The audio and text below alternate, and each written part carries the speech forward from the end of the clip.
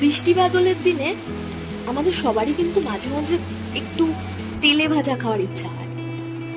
আজ আপনাদের সাথে আমি শেয়ার করলাম সেরকমই একটা তেলে ভাজার রেসিপি। নমস্কার বন্ধুরা, মায়ের রাসোই ঘরে আজকে আপনাদের সাথে শেয়ার করছি লোটে মাছের বড়া। লোটে মাছগুলো বাজার থেকে আনার পর ভালো করে ধুয়ে আমি ছোট ছোট পিস করে কেটে নিয়েছিলাম। তারপরে তার মধ্যে আমি দিয়েছি 3 টেবিল স্পুন বেসন, 1.5 টেবিল স্পুন চাল গুঁড়ো, 2 টেবিল স্পুন কর্নফ্লাওয়ার, 1 চিমটে খাওয়ার সোডা, নুন স্বাদ মতো, 2 টিস্পুন হলুদ গুঁড়ো, আর দিয়েছি পেঁয়াজ কুচি, দিয়েছি 1.5 টেবিল স্পুন মতো আদা, কাঁচা লঙ্কা, রসুনের পেস্ট। কাঁচা লঙ্কাটা অবশ্যই আপনারা কিন্তু যতটা ঝাল খান সেই হিসাবে ব্যবহার করবেন।